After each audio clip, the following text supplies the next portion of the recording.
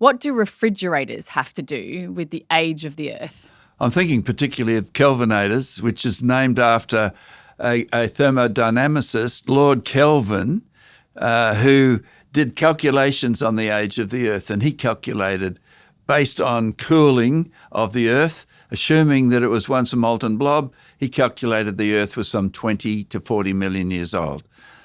Nobody was happy with his number, and it disagreed with what the Bible says anyway, because he made wrong assumptions. But that was one of the first estimates for the age of the Earth. So the refrigerators are connected with Lord Kelvin, who was the first one to do a calculation on the age of the Earth.